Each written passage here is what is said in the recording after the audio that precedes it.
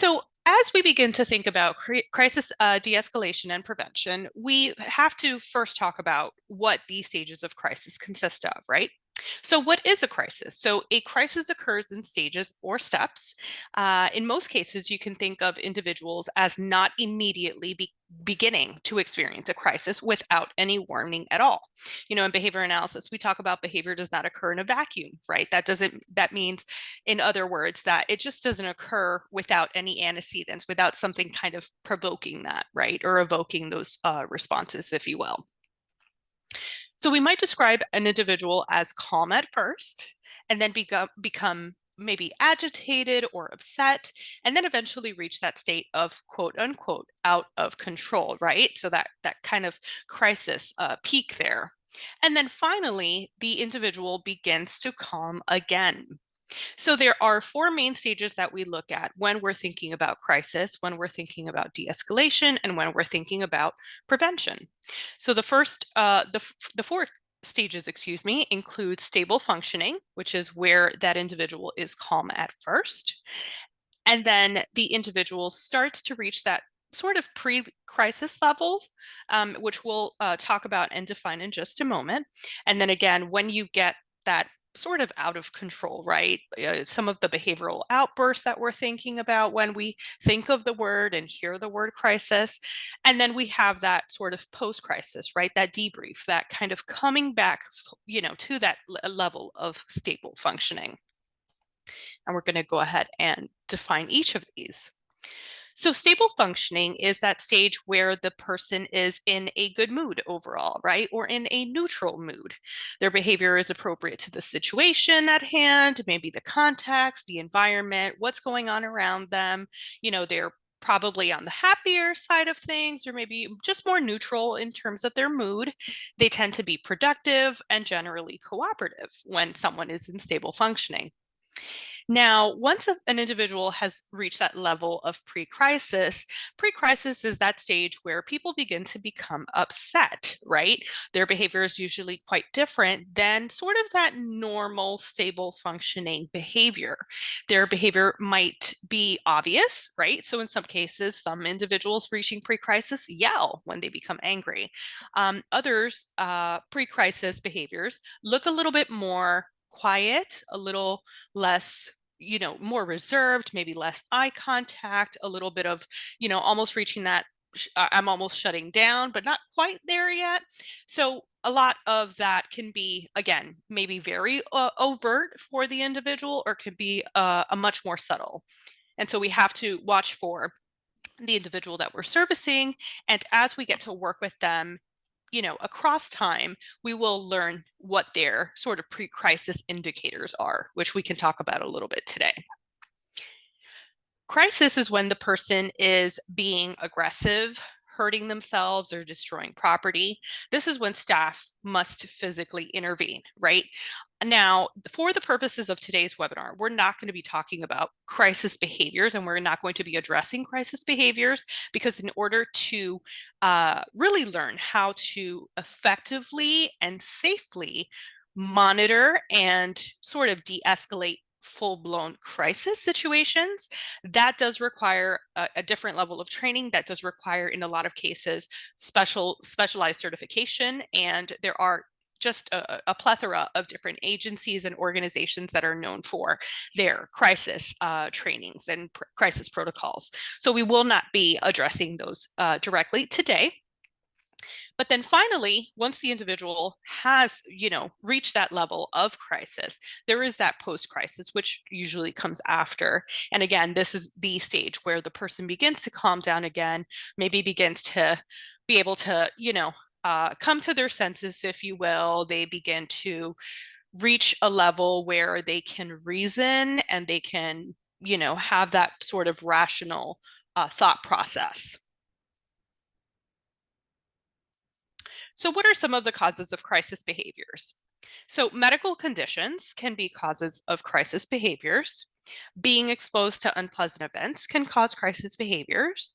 Losing an item, a privileged or a loved one, can also cause crisis, and also being unable to get what you want, right? And so it's important when we think about each of these, something like a medical condition, a lot of different assessment tools and batteries that we use for the assessments that we conduct talks about the basic necessities, right?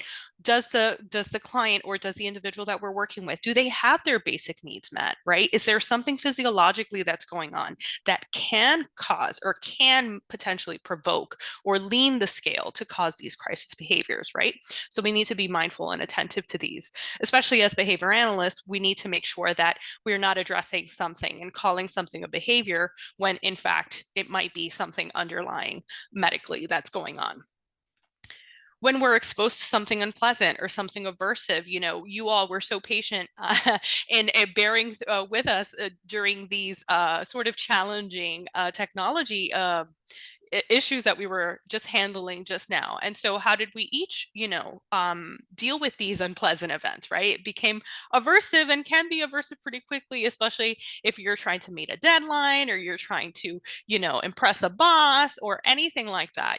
Being exposed to some of these unpleasant events can be, you know, uh, aversive, and then can potentially lead to pre-crisis or crisis behaviors. The losing of an item or a privilege or a loved one is, the same. A lot of times we think of, the removal of items. In behavior analysis, we work with consequences, right? We work with antecedents, but we also work with consequences through operant conditioning. And so when the consequence is to lose an item, when the consequence is to lose a privilege, let's just keep that in mind, because that can potentially be a trigger down the line, right, for some pre-crisis and crisis behaviors. And then again, just pure not being able to get what you want. Sometimes we want things. Sometimes I want a coffee early in the morning, and if I don't wake up on time before the workday, I may not be able to necessarily grab that. So what are my behavioral responses going to look like if I don't get that coffee? And for those coffee lovers, and for those of my colleagues that know, we love our coffee, especially in the mornings. All right, so as we're thinking about prevention, as we're thinking about de-escalation, the best form of crisis intervention, period, is prevention, right? So we're going to look at some general prevention strategies and how these can be used across all persons, but even those across individuals that we start to learn and grow from and work with. And so these general strategies can be used across all individuals, even if we don't know much about them, right? And so when we're thinking about prevention and teaching, that is going to take place when the individual is in stable functioning, right? We're never going to want to teach something during pre-crisis. We're never going to want to teach something new during a crisis situation, right? We are going to try behaviorally to antecedently prevent and teach as much as we can during that stage of stable functioning. So again, when do we use these prevention strategies? During stable functioning. These can range from rearranging the person's work or living surroundings to meeting their daily needs, to, that teaching much needed coping skills. And we're going to talk about each of these in just a second. Prevention strategies are used before the person becomes upset, so that during that sort of pre-crisis level, right? And these have the greatest long-term benefit for the individual. So some general prevention strategies are maximizing relationships, maximizing choice, and maximizing skills. So the first one, for maximizing relationships, we're going to be look at developing a good relationship with a person, and that makes it much easier to calm them down when they get upset. Now when you think of maximizing relationships, think about the examples of, the support that a customer service representative provides. Think about conflict resolution teams, right? Think about some of these big name brands and these companies that are known in each household. How well do they maximize their relationships, right? You can call, X or Y company for support or an issue, and probably one of the first things that they're going to want to do is establish that relationship. And much like in the therapeutic and clinical space we do, they are very good at that. They will start to ask you questions like, how's your day today, ma'am? Or what's the weather like in your area, sir? Right? So again, starting to maximize that relationship, starting to establish what we call therapeutic rapport in the clinical space is going to be beneficial to the success of using these prevention strategies. Maximizing choice is another one. So people with more options can get their needs met in more ways than someone with no options. This can help prevent, excuse me, people from becoming upset. So think about the choices that, for example, a child has versus the, typical adult, right? Children are much more limited in their ability to access choice.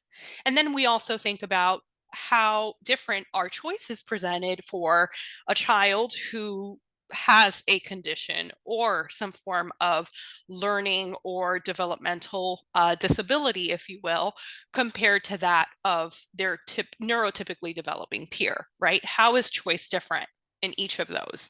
And so again, trying to maximize the choices for people and the individuals that we service can a lot of times help prevent, those pre-crisis and crisis prevention those pre-crisis and crisis levels. Maximizing skills. So these are the skills that people need to get their needs met. So some examples of this is learning how to ask for what you want, right? Learning how to wait, learning how to relax, learning how to get help when you need it. If we're honest, there's a lot of us adults that need some coaching in the area of asking for help, right? Of delegating, of asking for that support when we need it. And so how many of the individuals that we work with may not know what they want, or may not know what's going on with them, or may not know how to ask, or how to wait, or how to cope. And so that when we're thinking about the areas of daily living, social skills, vocational skills, and coping skills, these are all of the areas that we want to make sure we are maximizing skills with the individuals that we service. So we just talked about some general prevention strategies, and now we're just going to go into the specific prevention strategies. And so this does require that we get a bit more information about the individual that we are servicing, right? And so the one there was a series, a few years back on Netflix, and it talked about the series actually led from the perspective of that of an FBI hostage negotiator, and it was fascinating to me because I thought, oh my gosh, this is like so much like crisis prevention and crisis de-escalation in a way, right? So and again, I'm this is just from my own knowledge from a TV show, but from what I gathered from that lens of that negotiator is that they needed to make sure they knew who they were working with, right? Who was on the other line of that phone. They needed to make sure that they knew what their motivators were, what was going to tick for them, make sure that they were empathic listeners, right? And so these are the skills that we need when we're working with individuals, and we want to utilize more specific prevention strategies. And so in the following sections, we are going to talk about, what is necessary to understand the kinds of things that will cause crisis behaviors. And it will also be important to know which skills they do and do not have, as this can also greatly affect crisis behaviors. And we'll talk about these in just a second. So the two primary ways that we're going to be able to help individuals through specific prevention strategies is through one of two. So we're going to focus on arrangement strategies. So these are the things that we can do for the person, right? That we can do for the individual. When we're thinking of rearranging the environment, again, that is arranging environment, right? Think of arrangement strategy. This is what we're doing for that person. Skill teaching strategies, on the other hand, are the things that we can teach the person to do for themselves. And so many years ago, when I became recertified as a crisis instructor, I thought about how I've always thought of this old proverb, right? So we give a man a fish and we feed him for a day. You teach a man to fish and you feed him for a lifetime. And I imagine that some of you have probably heard, similarities of that old proverb. And so when I think about that old proverb, I think about the specific prevention strategies, right? I think about if I give a man a fish one day and I'm feeding him for that fish for that day, right? That's my arrangement strategy.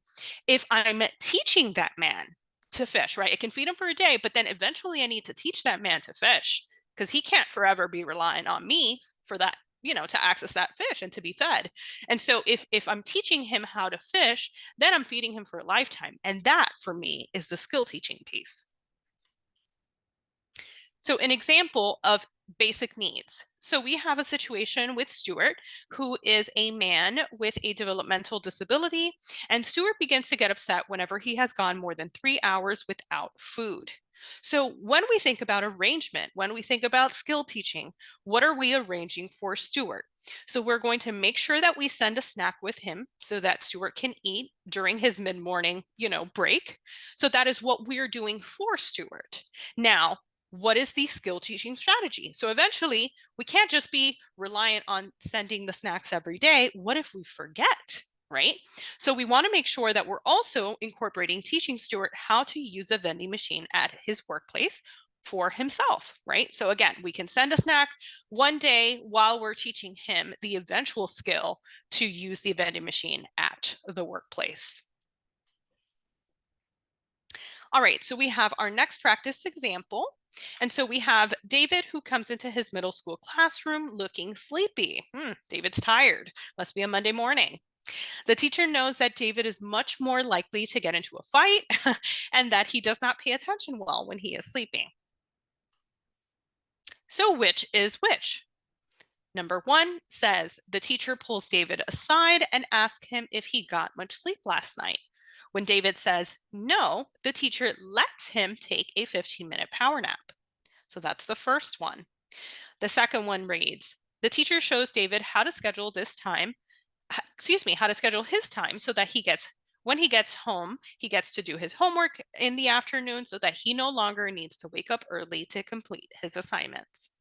So when we're looking at each of these, one of them is the arrangement and one of them is the skill teaching. Which is which? Which is the arrangement strategy and which is the skill teaching strategy?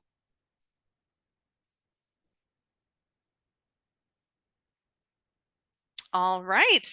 And if you selected arrangement for the first one, you are correct. So the arrangement strategy is what the teacher is doing for David. So the teacher is pulling David aside and asking if he got much sleep last night. When he says no, the teacher allows him to take that 15-minute power nap. Now, eventually, though, we need to make sure that David learns, time management. And so what is the skill teaching strategy? So the teacher shows David how to schedule his time so that he gets his homework done in the afternoon and then he no longer needs to get up early to complete his assignments. So again, the first one was the arrangement. What is the teacher doing for David? And the skill teaching was the second one. What is the teacher teaching David to eventually be able to do for himself? And we have our next practice example. We have William. So William is a 14-year-old boy in a classroom for children with quote unquote emotional and behavioral disorders. He wears hearing aids in both ears, but many times he forgets to put them in. When he doesn't have them in, he thinks of the other boys in his class that are making fun of him, but they actually are not. This causes William to threaten them, which sometimes results in aggression. So again, which is which?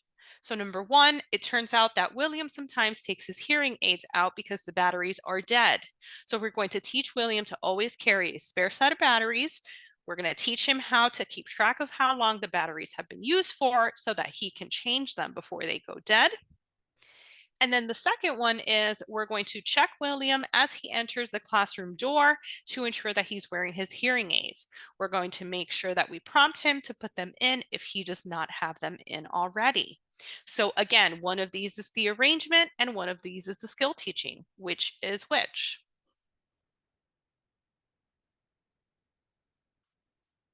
And so if you answered skill teaching for the first one, you are correct. It turns out that Williams does need, to eventually learn how to check batteries, how to change out batteries for himself, right? And the second one, if you selected arrangement strategy, then you are also correct. We're going to make sure that while the teacher is teaching William how to do these things for himself, that she's also doing her part in arranging him being successful in the class.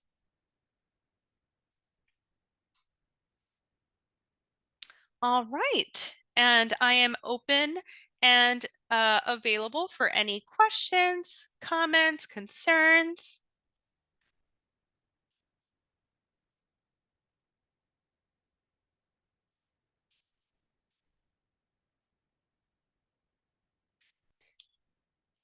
I'm taking a look here. Do we have any questions?